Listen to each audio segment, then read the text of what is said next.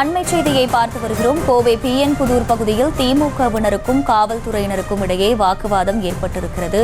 கூடுதல் விவரங்களை செய்தியாளர் பரிமளா வழங்க கேட்கலாம். பரிமளா, வணக்கம். களத்தகவல்களின் வணக்கம். கோவை PN புதூர் பகுதியில் திமுகவினருக்கும் காவல்துறையினருக்கும் இடையே கடும் வாக்குவாதமானது ஏற்பட்டிருக்கிறது. பூத்லி வழங்கக்கூடிய இடத்தில் அதிக கூட்டம் கூடியதற்கு காவல்துறையினர் தொடர்ந்து அந்த பகுதியில் கூட வேண்டாம் என்று எதிர்ப்பு தெரிவித்ததால் திமுக நிர்வாகி பாக்யராஜ் திடீரென்று அந்த பகுதியில் சாலை மறியல் போராட்டத்தில் ஈடுபட்டதாகவும் கூறப்படுகிறது. இதனையடுத்து போராட்டத்தில் ஈடுபட்டவரை குண்டுக்கட்டாக தூக்கி சென்று காவல்துறையினர் அப்புறப்படுத்தியதால் அந்த பகுதி முழுவதுமாகவே பரபரப்புடன் காணப்படுகிறது.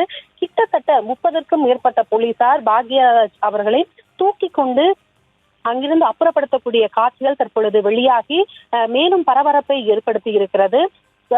கோவை PN புதூர் பகுதியில் திமுகவினருக்கும் காவல்துறையினருக்கும் இடையே கடும் வாக்குவாதமானது ஏற்பட்டிருக்கிறது. இந்த நிலையில் திமுகவின் பகுதி செயலாளர் பாக்யராஜ் சின்னத்தை காட்டி வாக்கு சேகரித்ததாக கூறப்படுகிறது. இதனால் ஏசியிடம் கடும் வாக்குவாதத்தில் ஈடுபட்டதாகவும் தகவல்கள் வெளியாகியுள்ளது. இந்த நிலையில் அவர் ஏசியை தாக்கியதாக கூறப்படுகிறது. இதனையடுத்து அங்கிருக்கக்கூடிய போலீசார் உடனடியாக அவரை அங்கிருந்து அப்புறப்படுத்தக்கூடிய காட்சிகளை நாம் தற்பொழுது பார்த்துக் கொண்டிருக்கிறோம்.